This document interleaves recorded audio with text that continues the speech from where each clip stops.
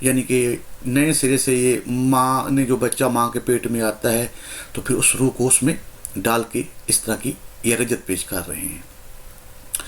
اور اس کو ہم کہتے ہیں کہ ایک روح کا دوسرے روح کے اندر جسم کے اندر جانا بچے کی بچپن میں یعنی کہ ماں کے پیٹ میں، تو یہ اس کو پیش کر رہے ہیں حلول کے لحاظ سے. اور تناسخ، اس کو ہم تناسخ یا حلول کہتے ہیں. اب ہم چلتے ہیں سب سے پہلے امام جعفر صادق علیہ السلام کے فرامین کی طرف کہ امام جعفر صادق علیہ السلام اس بارے میں کیا کہتے ہیں.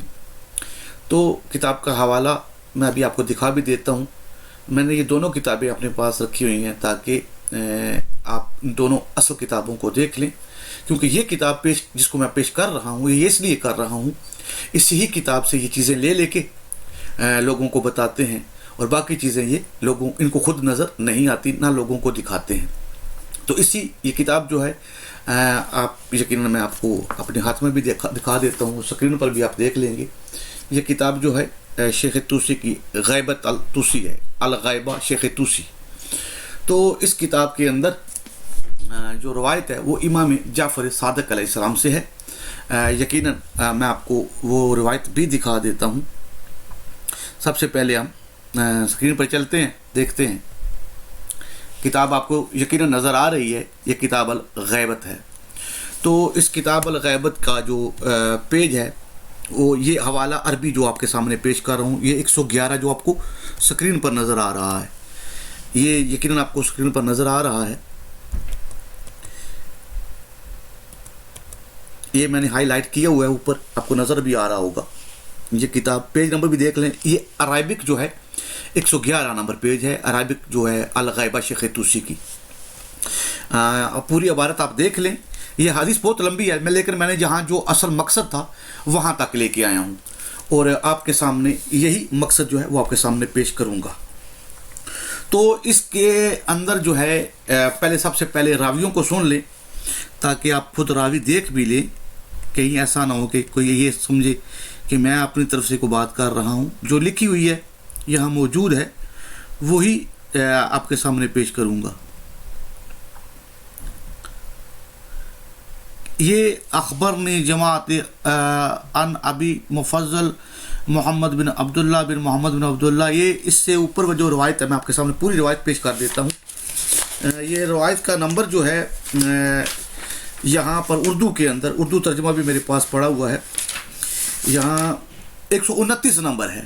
اردو والوں کے لیے 129 نمبر حدیث الغیبہ شیخ طوسی کی جو ہے اس کے اندر آپ دیکھ سکتے ہیں. لیکن میں اس متن پر لے کے جانا چاہتا ہوں جہاں سے بات شروع ہوئی تھی، جو اصل مقصد ہے.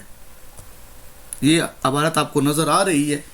اس میں امام جعفر صادق علیہ السلام فرما رہے ہیں. آپ عبارت کو دیکھ لیں پہلے تاکہ پھر بعد میں جو ترجمہ جو آپ کے سامنے پیش کر دوں. پوری روایت بہت بڑی روایت ہے، لیکن میں اس میں مخصوص حصہ جو ہے وہ آپ کے سامنے پیش کرنے لگا ہوں.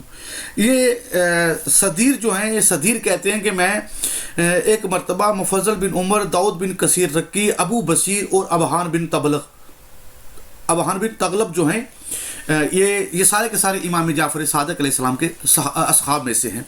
تو ہم سب کے ساتھ جو ہیں ایک دن مل کے امام جعفر صادق علیہ السلام کے پاس آئے تو ہم نے دیکھا کہ مولا زمین پر بیٹھے ہوئے ہیں اور کاندھے پر ایک اونی عبا ہے جس کی جو آستینیں ہیں وہ چھوٹی ہیں، اور اس طرح گریہ فرما رہے ہیں جیسے کوئی ماں اپنے فرزند کی میت پر گریہ کرتی ہے، جس کا دل مخزون ہو. آپ کے چہرے انور سے غم و رندہ کے آثار نمایاں تھے. یہ بڑی لمبی حدیث ہے. تو انہوں نے جب مولا کو اس حالت میں دیکھا، بات کرنے کا مقصد یہ ہے کہ انہوں نے جب مولا کو اس حالت میں دیکھا تو مولا علیہ السلام سے کہا کہ مولا ہم آپ کو بہت ہی ایک غم کی حالت میں دیکھ رہے ہیں.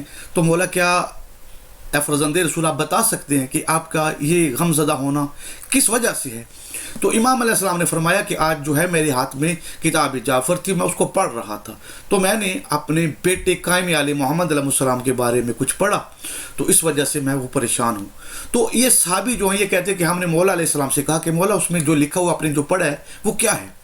تو اس میں امام علیہ السلام، یہ یاد رکھنا کہ یہ چھٹے امام، امام جعفر صادق علیہ السلام، یعنی کہ ابھی 6 ائمہ باقی بعد میں آنے ہیں، تو ان سے پہلے یہ حدیث، ان 6 ائمہ کے آنے سے پہلے یہ حدیث امام جعفر صادق علیہ السلام جو ہیں وہ بیان کر رہے ہیں، ان لوگوں کے سامنے جو صحابی میں نے ان کے نام آپ کے سامنے بیان کر دیے۔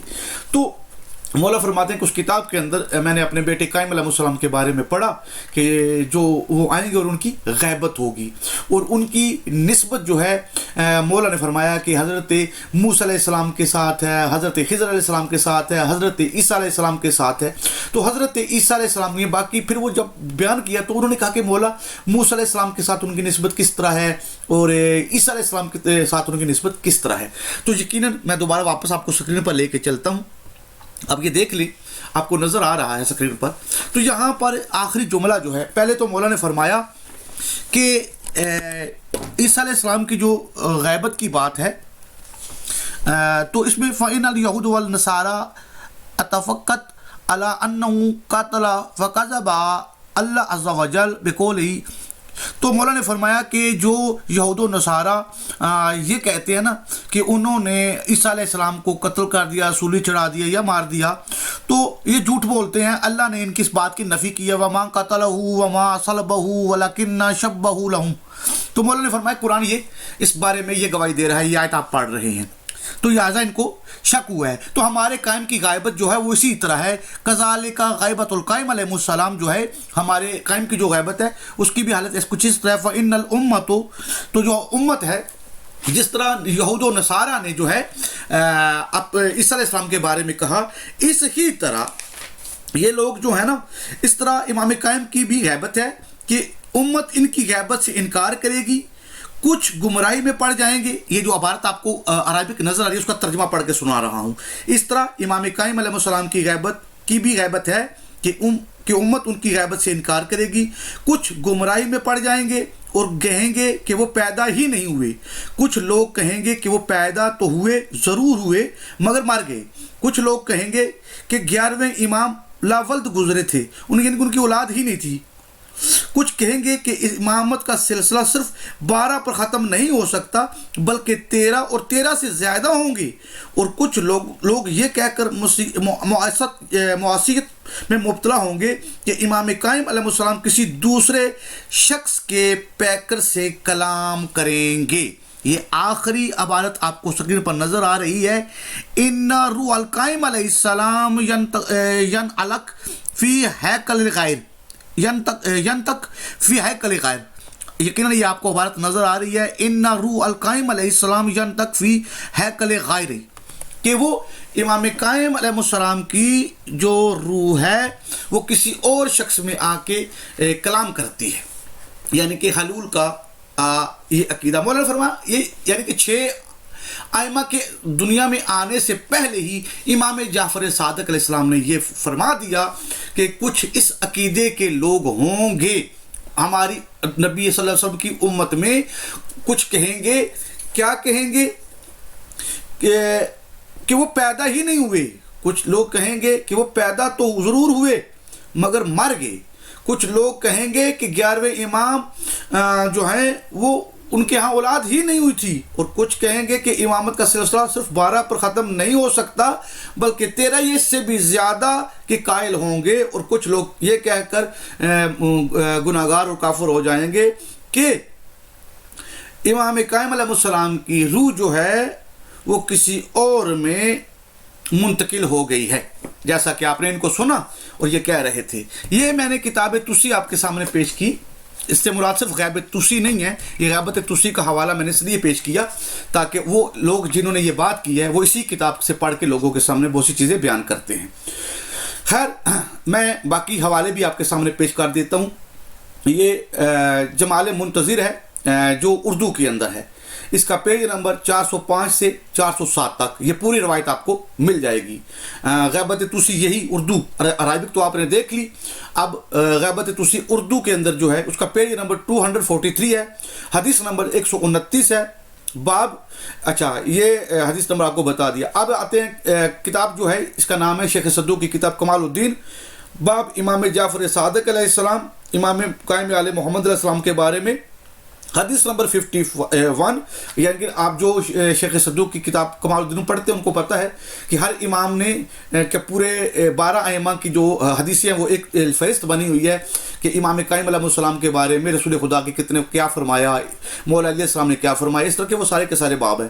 تو یہ جو باب ہے امام جعفر صادق علیہ السلام کا نام کا باب ہے، اس باب پر جائیں اور وہاں پر حدیث نمبر 51 پر جائیں، سیدھے اس حدیث پر پہنچ جائیں گے. عربی میں جو پی ڈی ایف میں اگر کوئی دیکھنا چاہتا ہے پی ڈی ایف کے اندر عربی میں اس کی جلد نمبر 2 ہے اور پیج نمبر 28-30 اور اوپر جو ہے کیا نام ہے اس کا غیبت توسی کا، غیبت توسی میں نے آپ کو ویسے دکھا دی ہے پی ڈی ایف کے اندر جو آپ سکرین پر دیکھ چکے ہیں. اس کی عربی جو ہے پی ڈی ایف میں اس کا صفحہ نمبر 111 ہے. وہاں پر آپ کو یہ روایت، اس اوپر جائیں گے پوری روایت پڑھ سکتے ہیں، یہاں آئیں گے تو یہ جو میں نے بیان کیا یہ 111 نمبر پیج پر لکھا ہوا ہے. تو اس ہی کتاب کے اندر انشاءاللہ ہم آگے چلتے ہیں اور اس کتاب کے اندر آپ کو دکھاتے ہیں کہ اس کتاب کے اندر فقط یہ نہیں لکھا ہوا، کچھ اور بھی لکھا ہوا ہے. تو یہاں پر غیبت توسی جو ہے، اسی غیبت توسی کے اندر جب ہم جاتے ہیں تو ہم کو ملتا ہے کہ یہ کتاب، اس کتاب کے اندر میں ابھی سکرین پر بھی آپ کو دکھا دیتا ہوں، حدیث نمبر جو ہے 371 اور 378. پہلے میں آپ کے سامنے حدیث نمبر 371 پڑھ کے سناتا ہوں.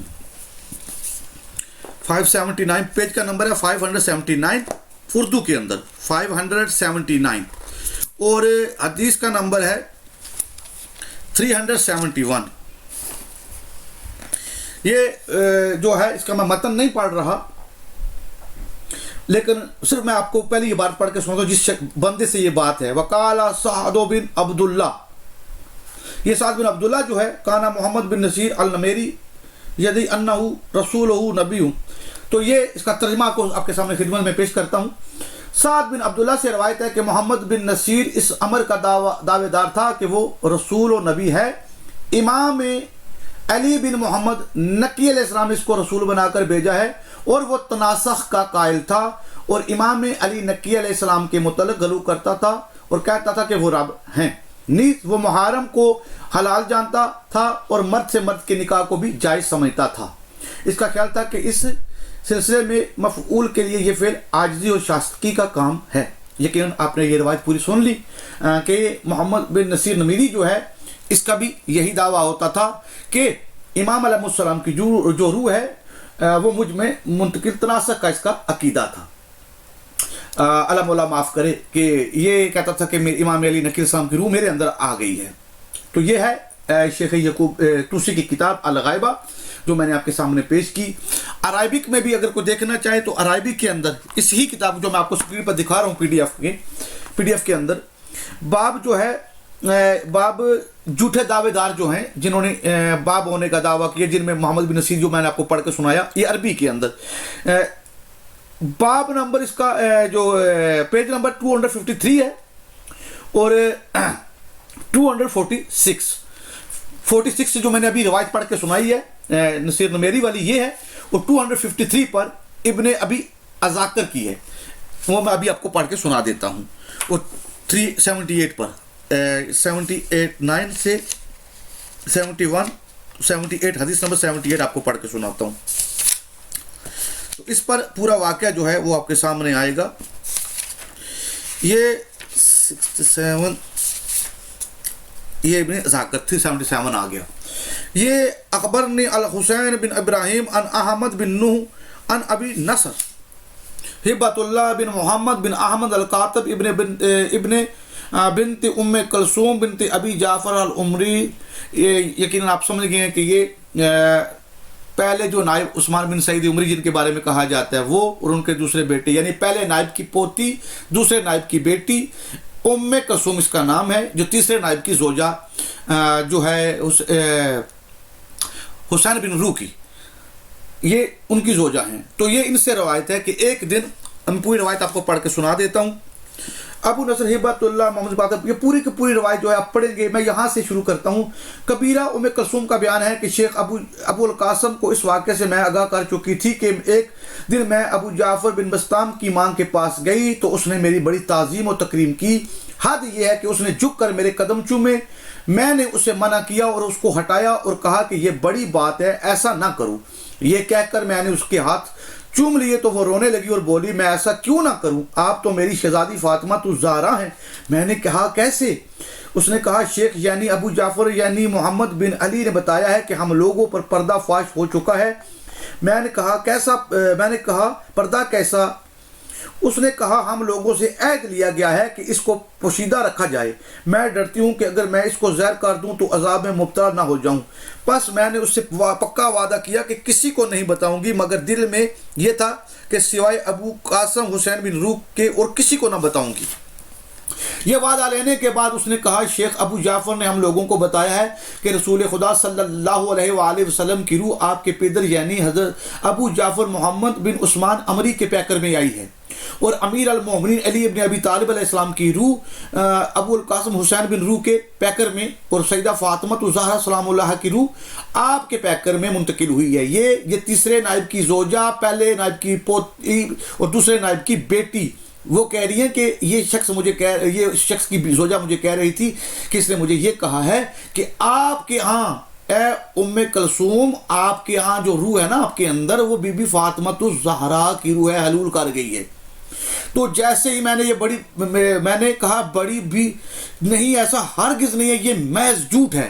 تو اس مستور نے جو تیسرے نائب کی زوجہ، پہلے نائب کی پوتی، دوسرے نائب کی بیٹی ہیں، انہوں نے فوراً جیسے یہ بات سنی تو کہا کہ یہ سراسر جھوٹ ہے، اور اس نے آ کے حسین بن روح کو یہ سارا واقعہ سنایا۔ خیر انہوں اس کے بعد لعنت جو ہوئی ان لوگوں پر۔ بات کرنے کا مقصد یہ ہے کہ آپ دیکھ لیں یہ کتنے ان کے رستے ملتے جلتے ہیں پیچھے سے، کہ یہ لوگ بھی اس عقیدے کے حامل ہیں کہ جو ہے حلول جو ہے ائمہ معصومین علیہ السلام کی روح جو ہے ان میں حلول کر گئی ہے، اور انبیاء علیہ السلام کی، جیسا کہ سابقہ ویڈیو کے اندر میں نے آپ کو بتایا تھا کہ ان کے اپنے گھروں کے اندر ہی چند لڑکے جو ہیں انہوں نے کہا ہے کہ ان کے اندر فلاں نبی کی روح آ گئی ہے اور یہ اب نبی ہے، یہ عام بندہ نہیں ہے، اس کی ساری زندگی جو ہے باقی عام لوگوں کی طرح گناہوں میں گزری ہے، اب جو ہے وہ نعوذ باللہ اللہ مولا معاف کرے وہ ایک نبی کی روح کے اندر آ گئے اور وہ نبی ہے۔ یہ ایک نہیں کہیں ان کے پاس جو ہے کیوں آپ نے ان کی بات سنی، سارے کے سارے واپس آ گئے، انبیاء علیہ السلام بھی، ائمہ علیہ السلام بھی، ان کی اولادیں بھی، ان کا یہ عقیدہ ہے۔ اور آئی کس طرح؟ اس طرح ہی ہے کہ وہ ایک ماں کے پیٹ میں جو بچہ ہے اس بچے میں اللہ نے پھر ائمہ کی روح کے اندر، انبیاء کی روح کے اندر ڈال دی۔ تو خیر یہ تھی آج کی بات جو میں نے آپ کے سامنے پیش کی۔ اب مزید جو ہے میں دوسری ویڈیو کے اندر قرآن سے انشاءاللہ بہت جلد جو ہے وہ آپ کے سامنے مزید چیزیں جو ہے وہ بھی پیش کروں گا، جو صرف معجزات کے لحاظ سے ہیں، مردوں کو زندہ کرنے کی۔ تو قرآن کے اندر جو وہ ذکر ہے اس کا ہم کیا کریں گے، اگر رجت اس طرح ہوتی ہے، مردے اس طرح دنیا میں آتے ہیں، تو پھر ان مردوں کو زندہ کرنے کا مقصد کیا ہے، اور کسی نبی کو یہ معجزہ دینے کا مقصد کیا رہ جاتا ہے۔ تو جزاک اللہ، اس کے بارے میں انشاءاللہ نیکسٹ ویڈیو کا انتظار کریں۔ اس ویڈیو کے اندر میں آپ کے سامنے اس کو پیش کروں گا قرآن سے کہ حضرت عیسیٰ علیہ السلام کے پاس جو مردوں کو زندہ کرنے کا معجزہ ہے وہ کیا کام کرتا ہے۔ جزاک اللہ، السلام علیکم ورحمۃ اللہ وبرکاتہ۔